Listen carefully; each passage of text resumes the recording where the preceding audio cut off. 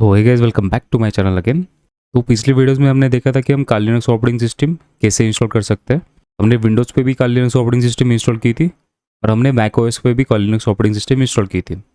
Windows पे install करने के लिए हमें लगा था VMware टूल और मैक ओएस पे इंस्टॉल करने के लिए हमें लगा था VMware फ्यूजन टूल। बट इसमें होता क्या था, अगर आप VMware थ्रू अगर आप ऑपरेटिंग सिस्टम आप इंस्टॉल कर रहे हो तो आपको आपकी जो फिजिकल रैम है वो वर्चुअली स्प्लिट करनी पड़ती थी। अगर इनकेस कोई पीसी की 8 GB रैम है तो 4 GB आपको VMware को देनी पड़ेगी, मतलब उस ऑपरेटिंग सिस्टम को देनी पड़ेगी जो आप इंस्टॉल कर रहे हो, और आपकी 4 GB ऑफ रैम आपको आपके बेस सिस्टम को रखनी है। तो दोनों ऑपरेटिंग सिस्टम को चलाने के लिए आपको थोड़ा बहुत हेवी कॉन्फ़िगरेशन लगता था। तो इनकेस अगर कोई पर्सन के पास 4 GB ऑफ रैम है, अगर वो 2-2 GB स्प्लिट करेगा तो उसको ऑब्वियसली पीसी की स्पीड बहुत कम हो जाएगी। तो इस प्रॉब्लम को ओवरकम करने के लिए आज का वीडियो हम बना रहे हैं। तो इस वीडियो में हम कोई भी ऑपरेटिंग सिस्टम क्लाउड पे इंस्टॉल कर सकते हैं। तो इससे क्या होगा, अगर आपकी बेस ऑपरेटिंग सिस्टम कोई भी रहे उससे आपको फ़र्क नहीं पड़ेगा। आप कहीं भी उस इंस्टॉल किए हुए ऑपरेटिंग सिस्टम का कभी भी एक्सेस ले सकते हो, उसमें आप कमांड्स चला सकते हो, उसको आप सीख सकते हो। तो चलिए वीडियो स्टार्ट करते हैं। तो आज के इस वीडियो में हम AWS पे हमारा ऑपरेटिंग सिस्टम इंस्टॉल करने वाले। वैसे भी हम कोई भी ऑपरेटिंग सिस्टम AWS पे इजीली इंस्टॉल कर सकते हैं। तो पहले बेसिक इन्फॉर्मेशन देख लेते हैं कि AWS एक्चुअल में है क्या। तो AWS basically stands for Amazon web services. उसे आप एक क्लाउड प्लेटफॉर्म भी कह सकते हो। जैसे बहुत सारे क्लाउड प्लेटफॉर्म्स अवेलेबल है मार्केट में, जैसे कि एज्योर हो गया, गूगल क्लाउड भी है। तो इसके ऊपर आप आपकी कोई भी Linux operating system as well as Windows operating system भी आप इंस्टॉल करके उसका एक्सेस ले सकते हो, उसको आप यूज़ कर सकते हो। बट इसकी कुछ रिक्वायरमेंट्स रहती है, जैसे कि आपको पहले साइन इन करना पड़ेगा। साइन इन करने के लिए आपको डेबिट कार्ड ज़रूरी है। ₹1 ऑफ अमाउंट ये आपको चार्ज करेगा, उसके बाद वो रिटर्न भी कर देता है फॉर द वेरिफिकेशन पर्पस। उसके बाद आप AWS की सर्विस यूज़ कर सकते हो। तो इसकी पहले कुछ प्राइसिंग देख लेते हैं कि हम कौन सी चीज़ें फ्री में यूज़ कर सकते हैं और कौन सी चीज़ें के लिए हमें प्राइस लगेगा। तो यहाँ पे हम सिंपली प्राइसिंग पे क्लिक करते हैं और यहाँ पे AWS फ्री टियर अकाउंट पे क्लिक करते हैं। तो जैसे ही मैं यहाँ पे नीचे स्क्रॉल करता हूँ, तो जैसे कि ये EC2 सर्विस है, ये आपको 750 आवर्स के लिए फ्री है। बट इसमें कुछ लिमिटेशंस है, जैसे कि 1 GB ऑफ रैम और 1 वर्चुअल CPU आपको मिलता है यूज़ करने के लिए फॉर द 750 आवर्स। देन उसके बाद ये बहुत सारी सर्विसेज है, बट ये हमें लगने नहीं वाली है, हमको लगने वाली कंप्यूटर सर्विस। तो मैंने एक अकाउंट क्रिएट किया हुआ है, तो उसमें मैं लॉगिन कर लेता हूँ और हम स्टार्ट करते हैं हमारा इंस्टॉलेशन। AWS पे लॉगिन करने के बाद आपको कुछ ऐसा कंसोल दिखता है AWS का। ये रिसेंटली विजिटेड सर्विसेज आपको यहाँ पे शो हो जाती है। देन उसके बाद यहाँ पे आपको रीजन सिलेक्शन का ऑप्शन मिलता है। अब ये रीजन्स क्या होता है, regions is nothing but the data centers. मतलब क्या होता है कि AWS में उनके बहुत सारे सर्वर्स बना के रखे हैं।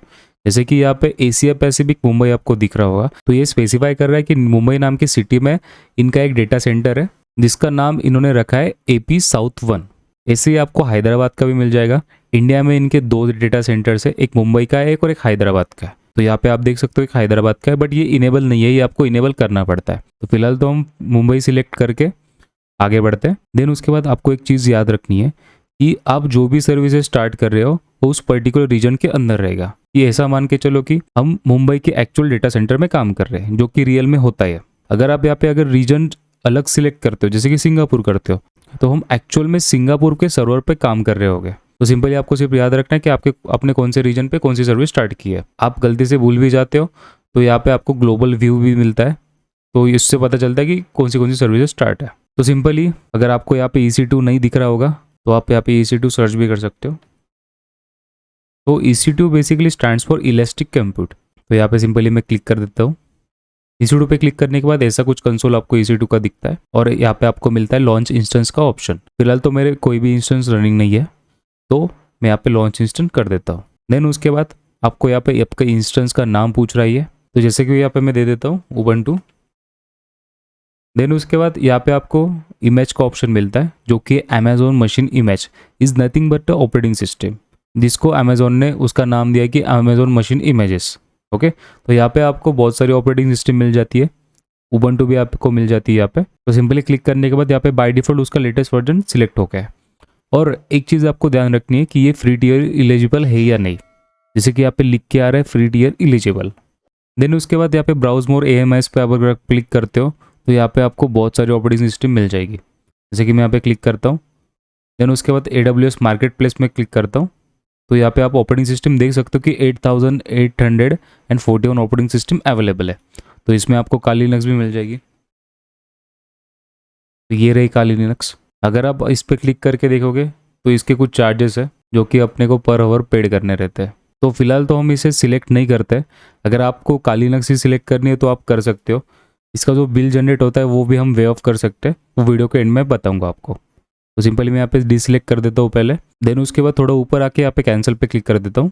तो यहाँ पे हमारा बाय डिफ़ॉल्ट उबंटू था, हम उबंटू रहने देते हैं। अब थोड़ा नीचे आते हैं, तो नीचे आते ही इंस्टेंस टाइप पे आपको फैमिलीज़ का ऑप्शन मिल जाता है। तो ये फैमिलीज़ क्या होती है, AWS ने क्या किया है, वर्चुअल CPU एंड रैम के कुछ छोटे छोटे ग्रुप्स करके रखे और उनको लेटर से असाइन किया है कि T2.micro उसमें इतनी GB ऑफ आपको रैम मिलेगी, देन उसके बाद इतने वर्चुअल CPU मिलेंगे। तो ऐसे बहुत सारी फैमिलीज़ होती हैं इनकी। तो ये हमारी T3 फैमिली है, ये हमारी T2 फैमिली है। ऐसे बहुत सारे इनकी बहुत सारे रैम के ऑप्शन भी मिलते हैं, वर्चुअल CPU के ऑप्शन भी मिलते हैं आपको। बट आपको याद रखना है कि फ्री टियर एलिजिबल कौन सा है। तो इसमें एक ही फैमिली होती है T2.micro, यही आपको फ्री टियर एलिजिबल है, मतलब आप फ्री में यूज़ कर सकते हो उसको। अगर आप दूसरा कोई सिलेक्ट करते हो जैसे कि T2.small, तो आपको यहाँ पे उसके हिसाब से प्राइसिंग लग सकती है। जैसे कि रेडेट के लिए आपको 0.0848 USD डॉलर आपको पे करने पड़ेंगे पर आवर के लिए। बट हम फिलहाल तो सिलेक्ट कर रहे हैं T2.micro, ये भी आपको 750 आवर्स के लिए ही फ्री में मिलेगी। तो आपको ध्यान रखते हैं आप 750 आवर्स तक यूज़ करो। देन उसके बाद आपको मिलता है की पेयर लॉगिन। तो बेसिकली की पेयर का यूज़ क्या होता है कि हम कोई भी ऑपरेटिंग सिस्टम को लॉगिन कर सकते हैं रिमोटली। तो इसके लिए कुछ ऑथेंटिकेशन लगता है, वो ऑथेंटिकेशन यूजिंग हम की पेयर करते हैं। तो यहाँ पे सिंपली आपको न्यू की पेयर क्रिएट कर देनी है। यहाँ पे की पेयर का आपको नाम देना है, उबंटू में यहाँ पे नाम दे देता हूँ। और आपको ध्यान रखना है कि आपको .pem फाइल ही डाउनलोड करनी है, क्रिएट की पेयर। तो यहाँ पे सिंपली आपकी की पेयर डाउनलोड हो जाएगी। और एक चीज़ आपको ध्यान में रखनी है कि ये जो की पेयर यहाँ से डाउनलोड होती है वो सिंगल टाइम ही डाउनलोड होती है। अगर आपकी की पेयर कहीं पे लॉस्ट हो जाती है तो आपको कस्टमर केयर से कांटेक्ट करके वो की पेयर रीजनरेट करवानी पड़ती है, या फिर एक दूसरा तरीका भी है कि हम स्नैपशॉट क्रिएट करके उस मशीन का नया इंस्टेंस लॉन्च करके नई की पेयर जनरेट कर सकते हैं। देन उसके बाद नीचे आते हैं थोड़ा, तो नीचे आने के बाद नेटवर्क सेटिंग्स है। यहाँ पे आपको नेटवर्क सेटिंग्स फिलहाल तो बाय डिफॉल्ट रहने देनी है, जैसे कि यहाँ पे VPC सिलेक्टेड है बाय डिफॉल्ट वाला। देन यहाँ पे ऑटो असाइन पब्लिक IP भी है, वो इनेबल है। देन उसके बाद आपको यहाँ पे फायरवॉल ग्रुप्स का ऑप्शन मिलता है, तो यहाँ पे क्रिएट सिक्योरिटी ग्रुप आपको सिलेक्ट करना है। देन उसके बाद आपको यहाँ पे सिंपली एडिट पे क्लिक करना है। देन उसके बाद आपको सिक्योरिटी ग्रुप का नाम देना है। अगर आपको कोई दूसरा इंस्टेंस भी लॉन्च करना रहा तो आपको पता है कि आपने सिक्योरिटी ग्रुप के कॉन्फ़िगरेशन क्या किया है, तो आप सिलेक्ट एग्जिस्टिंग सिक्योरिटी ग्रुप करके उसको सिर्फ सिलेक्ट कर सकते हो, हमको फिर से चेंजेस करने की जरूरत नहीं पड़ेगी। तो यहाँ पे मैं सिंपली उबंटू सिक्योरिटी नाम दे देता हूँ सिक्योरिटी ग्रुप का। देन उसके बाद यहाँ पे आपको ऑप्शन मिलता है इनबाउंड सिक्योरिटी ग्रुप रूल्स। तो इस पे होता क्या है कि आप कोई भी पोर्ट इनेबल कर सकते हो, प्रोटोकॉल इनेबल कर सकते हो यूजिंग GUI। ओके, जब भी आप इंस्टेंस स्टार्ट करोगे आपका, तब ये बाय डिफॉल्ट इनेबल हो जाएगा। तो यहाँ पे ऐड सिक्योरिटी ग्रुप रूल भी कर सकते हो। बट आपको एक चीज़ ध्यान में रखनी है कि ये जो SSH प्रोटोकॉल है इसको आपको चेंज नहीं करना है। क्यों चेंज नहीं करना है? बिकॉज ये जो इंस्टेंस है ये एशिया पैसिफिक साउथ 1 में लॉन्च हो रहा है, तो इसको एक्सेस करने के लिए हमें SSH प्रोटोकॉल इनेबल करना पड़ेगा। और आपको ये भी ध्यान रखना है कि ये जो SSH प्रोटोकॉल है ये आपको सेपरेट ही रखना है। देन उसके बाद आपको जो भी रूल यहाँ पे ऐड करना है वो आप कर सकते हो इजीली। जैसे कि मैं यहाँ पे ऑल ट्रैफिक इनेबल कर देता हूँ फिलहाल, तो यहाँ पे कस्टम की जगह पे एनीवेयर आपको कर देना है। तो ऑल ट्रैफिक से क्या होगा, मेरे जितने भी पोर्ट्स है वो सब इनेबल हो जाएंगे। देन उसके बाद यहाँ पे स्टोरेज का ऑप्शन मिलता है आपको। रिटायर अकाउंट में आप 30 GB तक स्टोरेज ले सकते हो। तो यहाँ पे बाय डिफॉल्ट 8 असाइन है इस ऑपरेटिंग सिस्टम को, यहाँ पे मैं 30 कर देता हूँ। तो ये 30 GB मैंने यहाँ पे कर दी। देन उसके बाद ये स्टोरेज का टाइप आपको दिखाता है कि general purpose SSD 2 GP2। Then उसके बाद एडवांस डिटेल्स में आपको फिलहाल तो जाना नहीं है। तो ये सब होने के बाद यहाँ पे आपको समरी दिखाता है कि आपको कितने इंस्टेंस लॉन्च करने हैं इसके।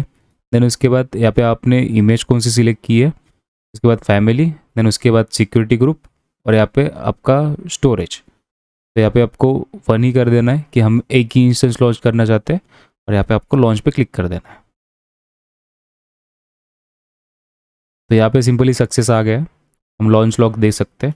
देन उसके बाद आपको फिर से क्लिक करना है इंस्टेंस पे। याद रखना हम कहाँ पे, EC2 नाम के सर्विस में इंस्टेंस में हम ये इंस्टेंस हमारा स्टार्ट हो रहा है। ओके, रनिंग हो गया ये इंस्टेंस, और यहाँ पे इस इंस्टेंस को एक IP मिला है जो कि है हमारा पब्लिक IP एड्रेस। तो उबंटू सक्सेसफुली इंस्टॉल होने के बाद यहाँ पे आपको इंस्टेंस रनिंग दिखा रहा है।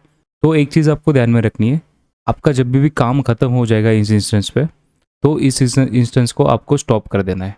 तो सिंपली स्टॉप कैसे करेंगे, आपको सिलेक्ट करना है यहाँ पे इंस्टेंस स्टेट पे, यहाँ पे आपको सिंपली स्टॉप कर देना है उसको।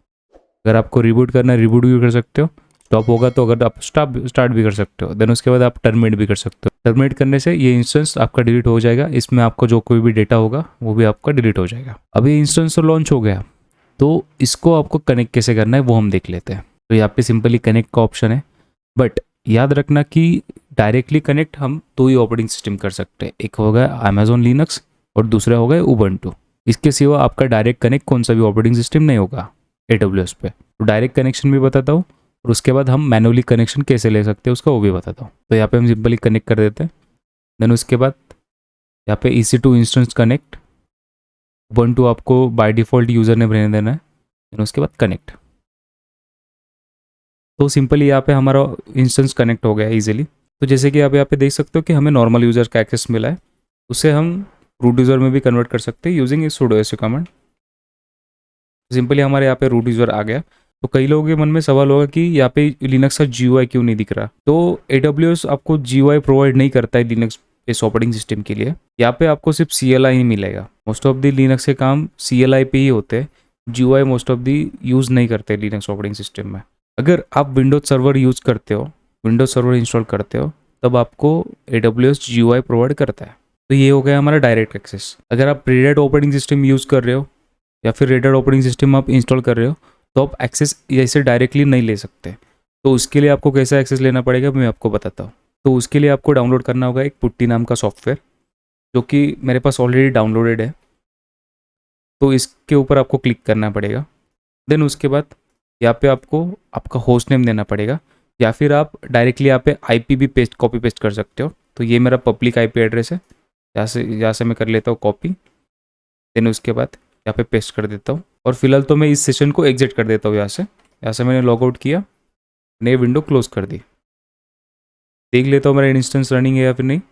इंस्टेंस रनिंग है मेरा। यहाँ पे मैंने IP एड्रेस पेस्ट किया यहाँ पे, और आपने जो फाइल डाउनलोड की थी ubuntu.pem, ये फाइल आपको इस पुट्टी सॉफ्टवेयर में सिलेक्ट करनी है। तो यहाँ पे कनेक्शन के अंदर SSH नाम का ऑप्शन होगा, यहाँ पे ऑथेंटिकेशन होगा। ऑथेंटिकेशन में आपको क्रेडेंशियल का ऑप्शन मिलेगा। देन उसके बाद आपको यहाँ पे एक फ़ाइल सिलेक्ट करनी पड़ती है, बट वो ये फाइल नहीं है।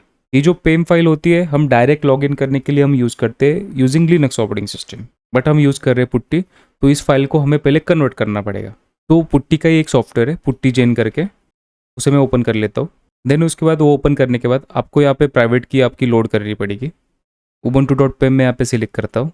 तो फाइल लोड करने के बाद सिंपली ये आपकी प्राइवेट की यहाँ पे क्रिएट कर देगा ऑटोमेटिकली। यहाँ पे आपको जनरेट पे क्लिक करने की ज़रूरत नहीं पड़ेगी। देन उसके बाद आप सिंपली सेव प्राइवेट की पे आप क्लिक कर सकते हो। तो ये आपको पूछ रहा है कि आपको पासवर्ड प्रोटेक्टर प्राइवेट की चाहिए या फिर आप ऐसे यूज़ करना चाहते हो। तो हम यहाँ पे एस कर देंगे और यहाँ पे हमें लोकेशन पूछ रही है। तो यहाँ पे हम डेस्कटॉप सिलेक्ट करते हैं और ubuntu1 इसका नाम दे देते हैं, बट इसका जो एक्सटेंशन रहेगा ये .ppk रहेगा।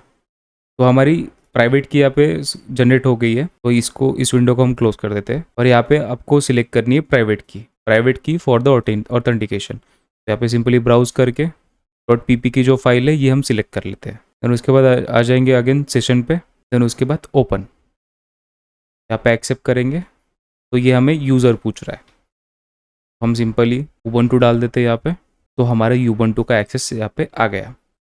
तो इस तरीके से हम इंस्टेंस क्रिएट कर सकते हैं और उसका हम एक्सेस ले सकते हैं। तो ड्यूरिंग वीडियो मैंने एक बात बोली थी कि आपका बिल अगर जनरेट होता है तो आप उसे सिंपली वे ऑफ भी कर सकते हो।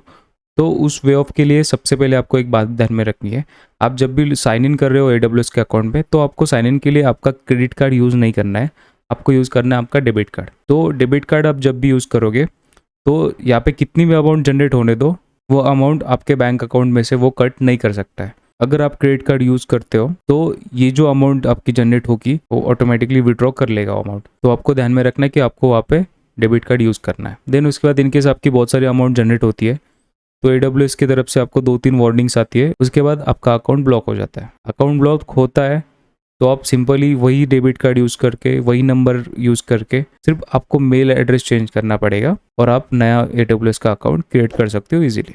सो thank you for watching this video. तो like this video then hit like button as well as channel को सब्सक्राइब भी कर देना। तो मिलते हैं अगले वीडियो में।